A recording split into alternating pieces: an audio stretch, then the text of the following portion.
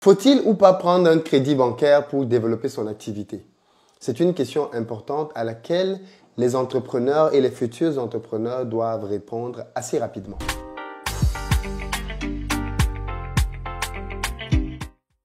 Nous avons beaucoup parlé de financement lors de notre récente édition de Back to Africa au Palais des Congrès qui s'est tenue le week-end dernier. C'était un événement magique. Les images et tout le reste arrivent dans les prochains jours. Mais je voulais vous faire part de quelques extraits de ces 2 jours de formation intense afin que vous qui n'avez pas pu participer, que vous vous rendiez compte de ce que vous avez raté. Je le redis encore, à Back to Africa, nous essayons de ramener du contenu exclusif. Nous faisons parler des experts afin qu'ils aillent en approfondissement pour nous permettre de prendre les bonnes décisions entrepreneuriales. Et dans ce panel-là, nous avons eu 3 visions différentes du crédit. Un directeur de banque, Jean-Claude Tipama, qui nous explique, d'après lui, pourquoi il faut prendre le crédit.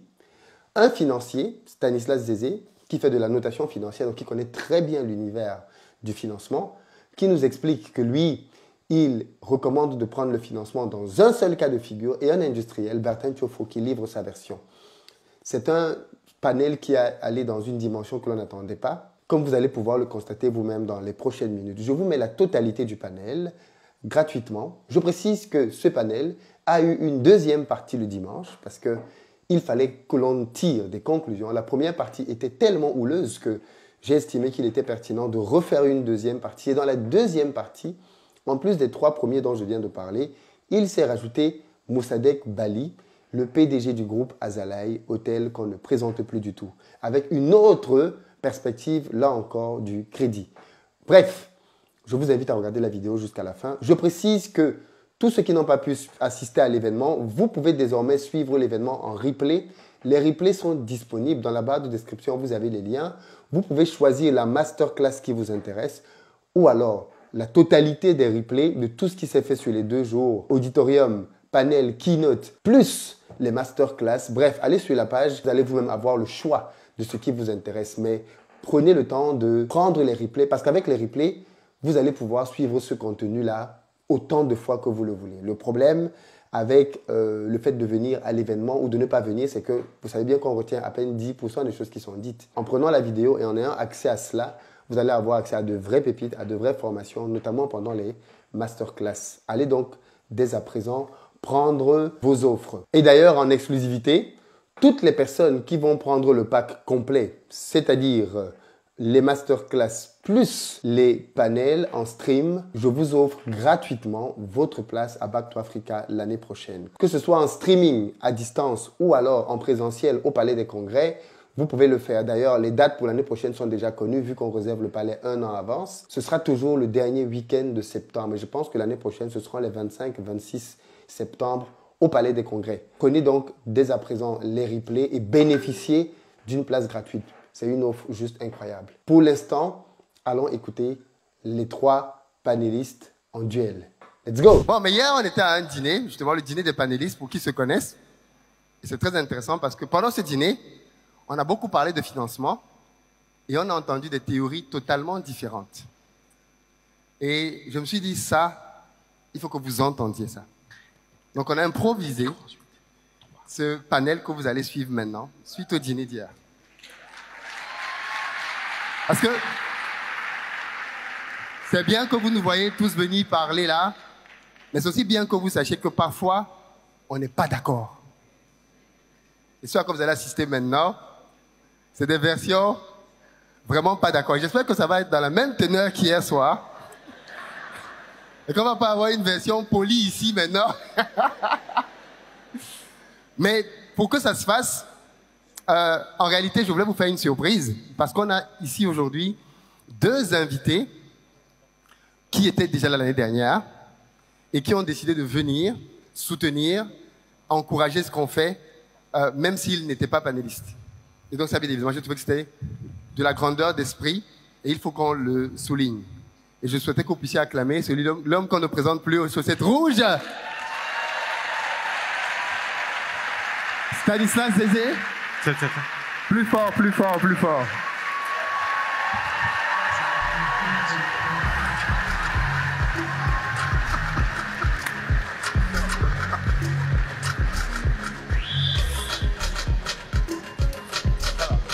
avec lui un autre qui était à l'année dernière. Et j'estime qu'on n'a pas assez profité de lui l'année dernière. Et il est devenu entre-temps la révélation sur les réseaux sociaux en termes de finances personnelles, le banquier Jean-Claude Chipama. Plus fort, plus fort, plus fort.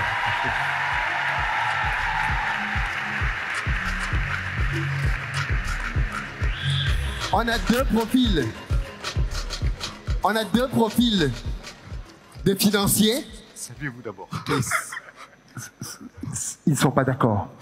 On a deux profils de financiers. Philippe, regarde, je les installe comme ça pour toi.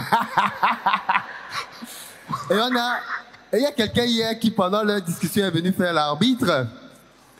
Un industriel, Bertin Tchofo.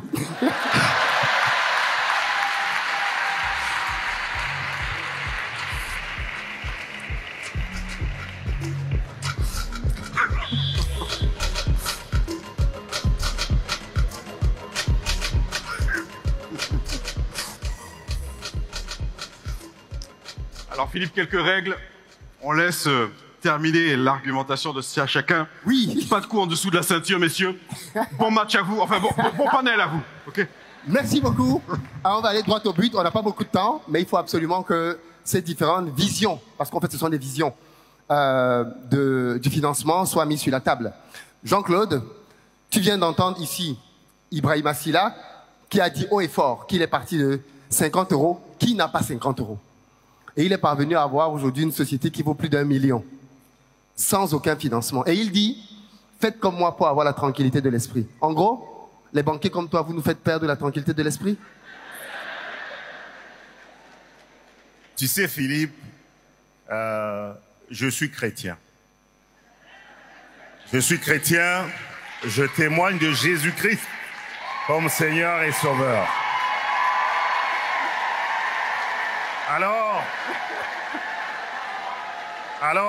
Alors,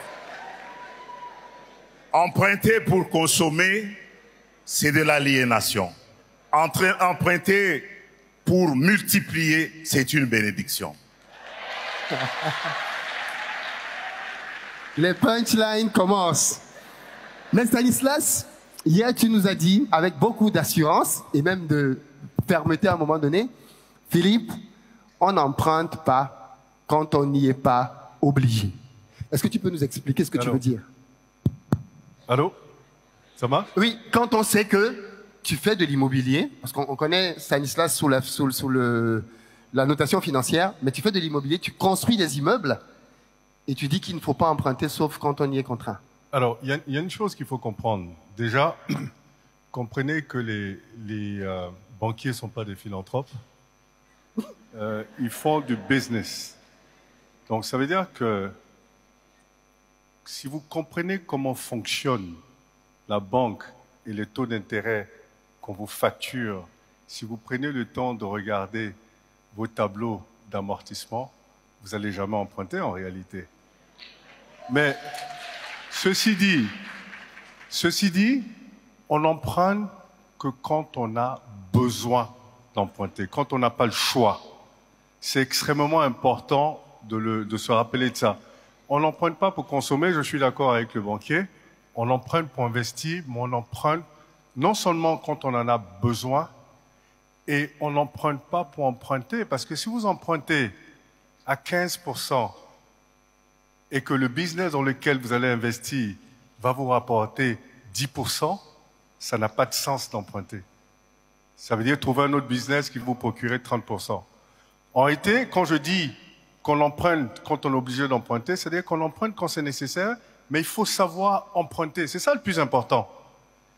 Je comprends que des fois, quand l'argent est disponible, on est tenté de le prendre, mais il est extrêmement important de comprendre que l'argent coûte extrêmement cher. Donc, quand vous n'avez pas besoin d'emprunter, n'empruntez pas. Déjà, les banquiers ne financent pas l'amorçage. C'est-à-dire, quand vous commencez un business, comptez sur vos propres revenus jusqu'à arriver à un niveau où vous êtes dans une position de force de négociation. Ce que ça veut dire, je prends l'immobilier par exemple. Quand je construis, moi, un immeuble, je construis le gros œuvre sur fonds propres. Avec le banquier, je construirais l'immeuble, le gros œuvre, en 1 an. Mais sans lui, je construirais en 5 ans, mais je ne suis pas pressé. Par contre, quand j'arrive pour emprunter pour les finitions, j'ai déjà investi moi-même, donc je suis dans une position de force, de négociation sur les conditions de l'emprunt. J'ai le choix. S'il me finance, je finis les finitions en 1 an. S'il ne me finance pas, je les finis en 5 ans, mais je les finis tout de même. Donc vous gagnez, ça veut dire que ça, et vous ne perdez pas de l'argent, vous gagnez de l'argent. Donc il faut savoir emprunter, mais emprunter quand c'est nécessaire. N'empruntez pas juste parce que l'argent est disponible. Alors, Bertin, toi, tu es industriel, on le sait tous ici. Il se trouve que quand tu es rentré au Cameroun, avec tes économies que tu avais fait ici en France, tu as raisonné comme Ibrahima Silla. Tu t'es dit, je veux investir avec mon argent. Je ne veux pas prendre le crédit de la banque. Mais, à notre grande surprise, aujourd'hui, tu dis que c'était une erreur. Est-ce que tu peux nous expliquer qu'est-ce qui t'a fait dire plus tard que c'était une erreur? Philippe, c'était une erreur monumentale, je confirme. Philippe, mais avant tout, je veux présenter mes excuses. Peut-être le fait de dire que les convictions religieuses de certains ne les permettent pas d'utiliser le crédit. J'ai heurté la sensibilité de certains. Je m'excuse peut-être pour ces propos-là. Mais en réalité, moi qui suis assis ici, je suis chrétien et je suis un produit de M. Amou Hashmi qui est un musulman et de M. Léon Choukoum qui est juif. Donc, dans les affaires, il n'y a pas de crédit. Pour que vous compreniez, c'est eux qui tiennent ma main en Europe et m'amènent dans le monde McDonald's où j'ai pu obtenir les marchés. Donc, je m'excuse vraiment si ce propos-là a peut-être heurté certaines personnes. Maintenant, ceci étant dit, je maintiens ma position. Je ne peux pas aujourd'hui, parce que j'ai fait les erreurs, c'est d'ailleurs pour ça que je suis à Back to Africa, pour expliquer aux gens ce que j'ai fait de bien, mes échecs et comment ils peuvent éviter ça. En industrie, je reste dans le domaine industriel, c'est impossible de fonctionner sans crédit. Quelle que soit la manne financière que votre famille a, vous ne pouvez pas en industrie me dire que vous allez fonctionner sans crédit. C'est incontournable. D'ailleurs, même si tu as ton argent, tu veux importer, tu vas tirer les traites bancaires. En ce moment, c'est toujours du crédit. Donc, quand je pars au Cameroun, pourquoi je dis que c'était l'erreur monumentale, c'est que quand tu as ton argent en industrie et tu dis avec l'arrogance que j'avais, et quand je me suis cassé le nez, je me suis j'ai baissé d'un clan, l'arrogance est partie, parce que quand je suis allé au Cameroun, personne ne pouvait me parler, j'avais de quoi investir et je n'avais pas besoin des banques, comme j'avais dit à un ami. Et juste avant de démarrer, j'ai compris que je ne pouvais pas démarrer sans la banque parce que je n'avais pas de matières premières, je n'avais pas fait de finition, je n'avais pas de groupe électrogène. Et j'ai plus dépensé, pourquoi? Parce que je naviguais à vue. N'ayant pas pris un crédit, personne. Si un banquier vous dit que votre projet est bancable, ça vous rassure à 50% que vous êtes sur la bonne voie. Parce qu'ils ne font rien pour rien. Ce sont les gens qui prennent tout, même ce qui ne les appartient pas. S'ils ont la possibilité de prendre, ils prennent. Ce qui fait que quand tu pars vers la banque, si lui, il étudie ton projet, il te dit c'est bancable, c'est que tu es sur la bonne voie à 50%. La deuxième chose, c'est qu'il t'exige certaines choses. L'assurance tout risque, qui est aussi bénéfique pour toi. Ça veut dire que vous êtes déjà à 3 sur le business. Il y a le banquier qui veille sur toi, il y a l'assureur qui veille sur toi parce qu'il a mis son argent pour assurer ton entreprise et le risque est partagé. Et l'État qui te regarde aussi parce que l'argent du banquier, c'est les épargnes de ses citoyens. Vous comprenez un peu? C'est dans ce sens que je dis, c'est aussi bénéfique, même si vous avez de l'argent qui peut couvrir votre activité dans l'industrie, c'est toujours bien d'associer tout ce monde-là. Parce que quand j'avais investi mon argent personnel, je n'avais jamais eu l'intention d'assurer l'entreprise tout risque. Personne n'exigeait, puisque je ne devais rien à personne. Donc, le crédit est nécessaire pour l'industrie. Ne faites plus les erreurs que j'avais commises au départ. Alors, Stanislas, la divergence est née hier parce que on a pris un exemple simple, un jeune ici dans la diaspora qui a de l'argent, qui peut aller lancer un projet, par exemple immobilier au pays. La question qui se posait, c'est est-ce qu'il prend son argent pour construire son immeuble? Et toi, tu disais oui, et Jean-Claude disait non. Est-ce que tu peux nous expliquer pourquoi, d'après toi, il faut prendre son propre argent pour construire, par exemple, son immeuble? Alors, c'est ce que je disais. C'est-à-dire que ce que Bertin vient de dire, c'est très important. Je vais prendre le cas de l'Afrique, puisque nous sommes tous en Afrique. Je dis, ça n'a pas de grande valeur si tu prends de l'argent qui va coûter beaucoup plus cher que tes revenus, les revenus de ton investissement. Parce que là, il parle d'assurance et des taux d'intérêt que le banquier va pratiquer. Ce que ça veut dire en réalité, ça veut dire que l'emprunt, il est garanti à 100%. Et donc, quand l'emprunt est garanti à 100%, il devrait normalement avoir un impact sur le coût de l'argent. Et pourtant, en Afrique, ça n'a jamais un impact sur le coût de l'argent. Donc, c'est de la gruge, en réalité.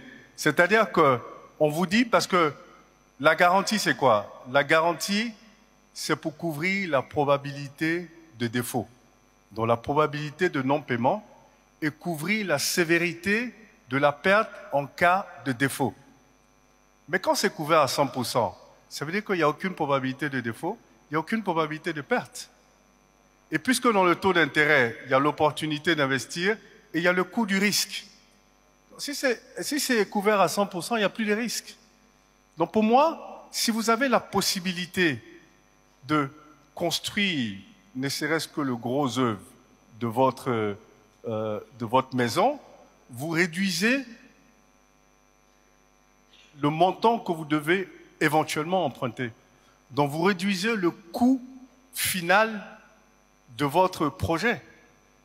Donc il ne faut pas emprunter juste parce que l'argent est disponible, ou on vous donne, des fois il y a des aberrations, on vous dit, on vous prête 1 million d'euros, mais vous mettez en DAT 1 million d'euros. Donc vous gardez vos 1 million d'euros, vous ne les utilisez pas. Sauf que vos 1 million d'euros sont rémunérés à 3% nantis, et vous payez 8, 9, 10, 11% sur les 1 million d'euros que vous empruntez. Ça n'a même pas de sens. Enfin, je veux dire, je ne sais pas, mais moi personnellement, je ne sais pas si c'est peut-être parce que je suis financier, mais je ne ferai jamais cette erreur. Enfin, ça me paraît tellement gros et tellement évident.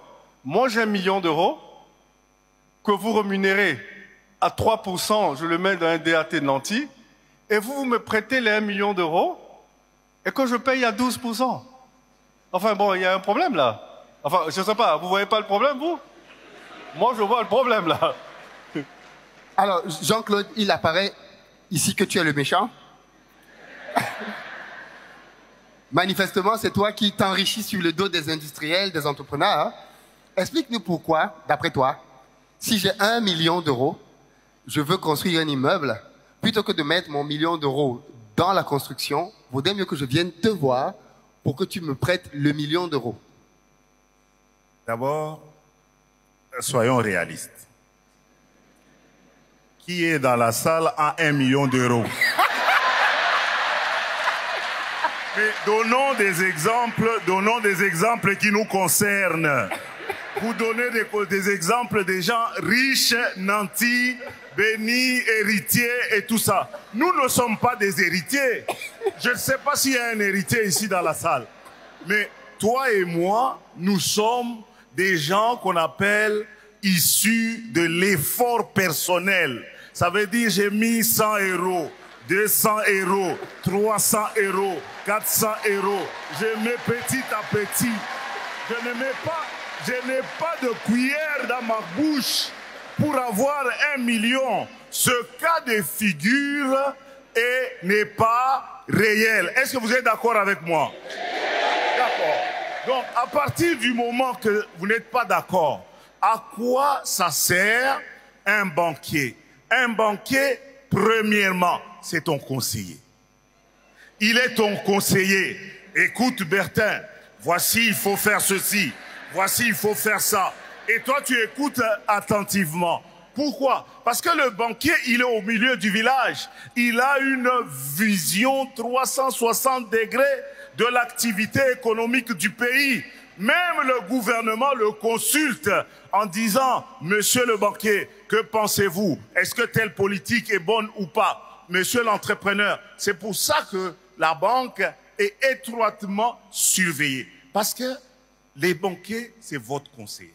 Alors, si je peux te donner un conseil, apprends. Je ne te demande pas d'aimer le banquier, mais à le fréquenter, à le côtoyer, à faire de lui un ami. C'est le premier rôle du banquier.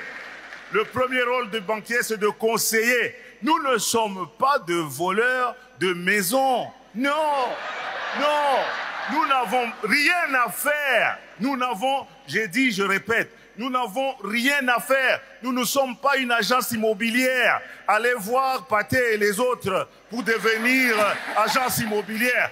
Aucune banque ne veut avoir dans ses avoirs un portefeuille de maisons qu'elle ne peut pas vendre. Donc quand on parle de collatéral garanti à 100%, voire 120%, c'est de la réglementation bancaire de tous les pays du monde. Ce n'est pas le rôle du banquier. Mais par contre, quand on parle du cash collatéral, ça veut dire que c'est une garantie liquide. C'est une, chez moi en RDC, on n'a pas parlé de RDC, hein. Les Sénégalais ont parlé ici, chez nous en RDC. Est-ce que RDC est dans la salle? Voilà. Alors, chez nous en RDC, si tu as un cash collatéral, je ne vais pas donner un exemple d'1 million. Je parle de $1000, $5000, $10 000. Ça nous parle plus, nous qui sommes dans la salle.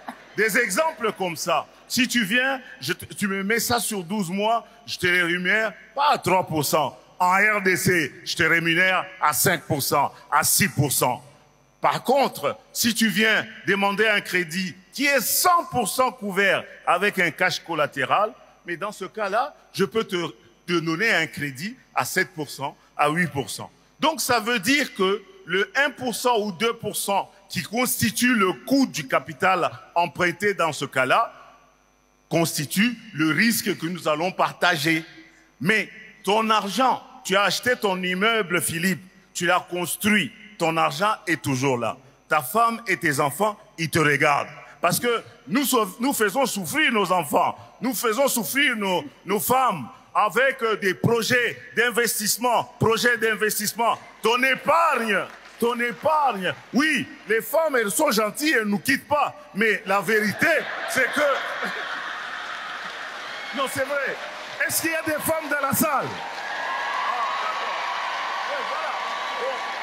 Ton argent épargné pendant 5 ans, pendant 10 ans, c'est le fruit de l'effort et des sacrifices, des vacances privées, des restaurants privés. Cet argent, j'ai envie de le voir. Fais ton projet, prends ton emprunt. Ensuite, troisième raison, quand tu empruntes, tu prouves que tu es un bon gestionnaire. Parce que tu peux intégrer le coût du capital dans la rentabilité de ton projet. Si ce n'est pas le cas, alors retournons à la maison, parce que dans ce cas-là, il n'y a aucun risque que tu veux prendre au banquier. Ne vous laissez pas distraire. C'était... Mais non, ça, mais non. c'est du... Dernière intervention de tout le monde. J'ai pas fini. C'est du prêche. Non. Je termine. Je fais ma conclusion. Attendez. Je termine. D'accord, termine, ok. Maintenant, court. Court.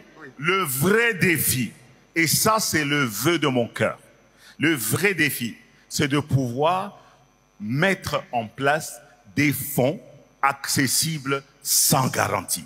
Je vous promets qu'on va y travailler. Ça veut dire que tu as un projet, dès lors qu'il est bon et que nous t'avons formé à l'inclusion financière et à l'entrepreneuriat, dans ce cas-là, nous pouvons te financer parce que nous allons te suivre pour permettre d'amorcer. Le fonds d'amorçage, là, c'est de ça qu'il s'agit. Parce que beaucoup n'ont pas même le peu pour amorcer. Oui, vous avez écouté avec patience et religieusement l'expert financier et le banquier. Au fait, ce sont les mêmes gens. Hein. Il faut comprendre. Lui, de l'autre côté, il balaie devant sa cour, il essaye de vous dire si vous amenez ça, vous allez ça. Non, c'est faux. Quand ils sont là, le banquier ne vous prête pas de l'argent pour que vous partez faire les bénéfices. Comprenez ça clairement. Ce qu'il dit que je l'écoute comme conseil, oui, on les appelle les conseils à la banque, mais il faut beaucoup faire attention. C'est pour ça que l'expert financier ne prête pas de l'argent, parce qu'ils se connaissent. Ils se connaissent les deux.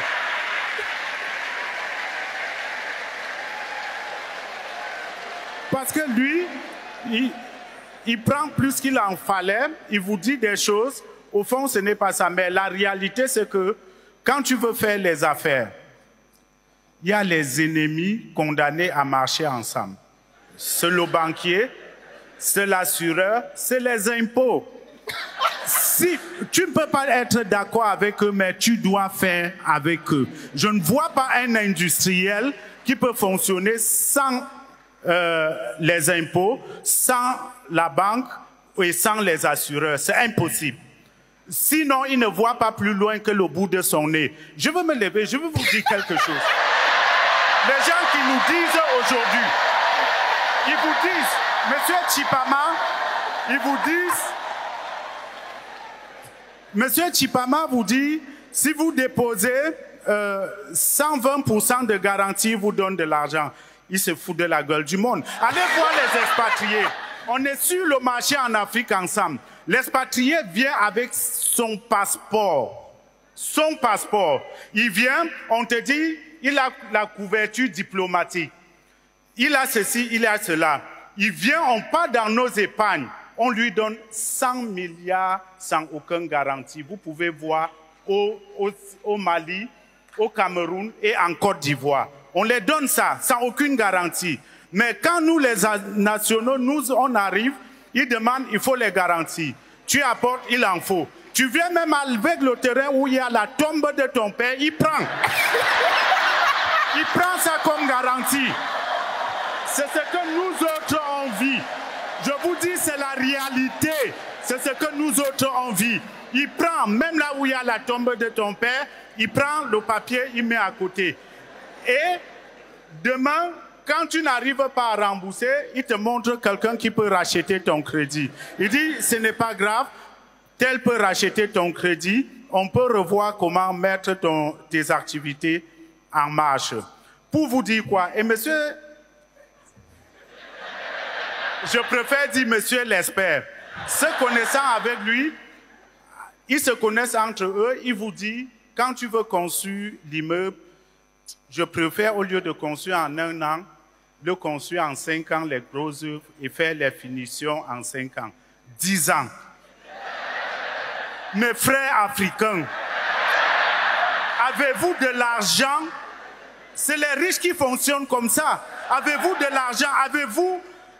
Quand il parle de l'immeuble, ces immeubles, c'est dans les... On a parlé de celui de mon frère Song. C'est les 6 millions.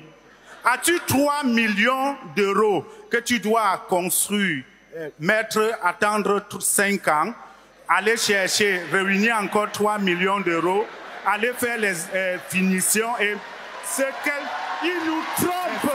Merci. Mais on n'est pas riches. On va y aller. Ce sont des riches, ce sont des gens qui ont une fortune. Et ils sont en train de nous distraire.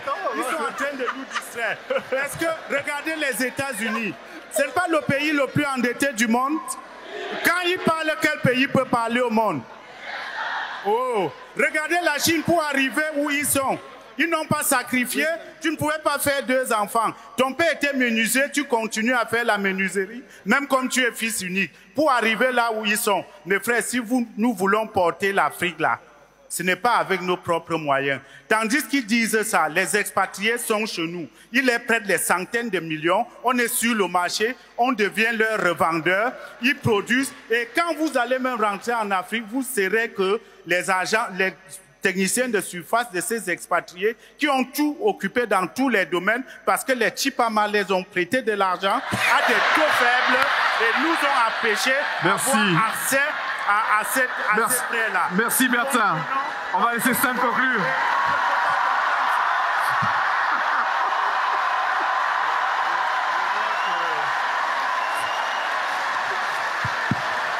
Alors, non, je vais pas... On va laisser Stan conclure. Attendez, je fais ma conclusion. Pour conclure. Alors, je vois que vous aimez le populisme, c'est très bien.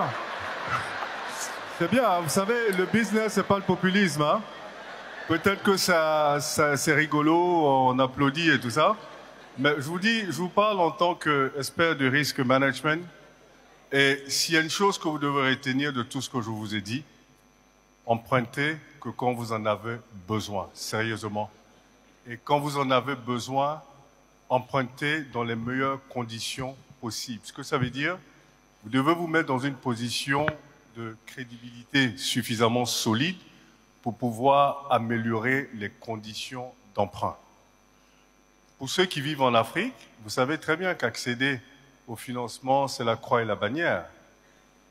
Donc, quand vous accédez finalement au crédit, les gens ont l'impression que c'est le Saint Graal, donc on le prend, quelles que soient les conditions, ce qui est une erreur, parce que rappelez-vous que vous devez rembourser. Le banquier vous dit, vous garantissez à 120%. Mais pourquoi vous voudrez garantir à 120% un prêt sur lequel, lui, il aura une rémunération? Et donc, je vous dis, empruntez quand c'est nécessaire. Tout à l'heure, j'ai parlé de faire un immeuble en 10 ans. Mais c'est pas mon... J'ai construit un immeuble, mais je ne vis pas de ça. Ce que je veux dire, j'ai un business. L'immobilier, finalement, c'est la base de la richesse. Donc, c'est parce que j'ai construit une entreprise qui fonctionne bien qu'aujourd'hui, je peux construire de l'immobilier. Et donc, chaque fois que vous pouvez investir, pas toutes vos économies, revenons à des montants raisonnables, si vous voulez. Si vous avez 10 000 euros que vous voulez investir dans un business, investissez 6 000 ou 7 000 et économisez 3 000. Mais ne prenez pas systématiquement un crédit, parce qu'en réalité, quand vous écoutez, vous avez un cash collatéral. Okay? Vous avez un cash pour garantie. Vous prenez 10 000 euros, vous avez vos 10 000 euros que vous gardez. Vous pensez que c'est quelque chose de safe? Non, c'est nanti. Ce que ça veut dire, si vous ne remboursez pas, on prend vos 10 000 euros pour rembourser. Donc, ce n'est pas pour vous. Vous ne dormez pas tranquille. Vous dites, non, j'ai mes 10 000 euros qui sont toujours mon épargne. Ce n'est plus votre épargne, puisque c'est nanti. C'est une garantie, ça ne vous appartient plus. Donc, quand le banquier vous dit que vous avez l'argent, vous allez dormir tranquillement, mais ce n'est pas vrai, ça ne vous appartient pas. C'est nanti. C'est ce que ça veut dire, nanti. Donc, je vous dis sérieusement, empruntez quand c'est nécessaire et il faut savoir emprunter. Parce que quand on emprunte pour rembourser. Quand vous ne remboursez pas, tout ce que vous avez mis en garantie devient la propriété du banquier. Merci. Merci beaucoup. Alors, on arrive au thème. Vous voyez pourquoi j'ai dit qu'il fallait absolument que vous ayez un aperçu de ce qu'on a eu hier. Je ne peux pas répondre, c'est ça? Non, j'ai le droit de réponse, non, quand même. Je propose qu'on... Une minute. Oui, une minute. Pendant qu'on s'en va. Oui, une minute. Ce que Stan a dit est vrai, mais en partie. Parce que si tu as 10 000 euros, tu empruntes, tu les mets en nantissement et que tu empruntes 10 000, c'est bon. Mais est-ce que ta vision est de 10 000? Non. Réponds-moi. Non, ta vision est de 5 millions. Mais comment tu vas y arriver? Tes 10 000 te permettent d'ouvrir la porte à 20 000. Loïc est là, il a expliqué. à 50 000, demain à 100 000, à 500 000. La banque est là pour vous accompagner, pour vous permettre d'accélérer. Parce que les marchés, la concurrence ne vous regarde, elle ne va pas vous laisser faire.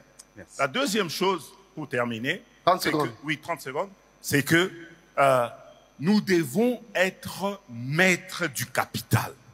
Parce que le capital, là, aujourd'hui, il appartient, pour la plupart de nos pays, à des étrangers. Donc, toi et moi, nous avons la responsabilité de nous lever et de constituer progressivement un capital. C'est pour ça que j'ai un rêve.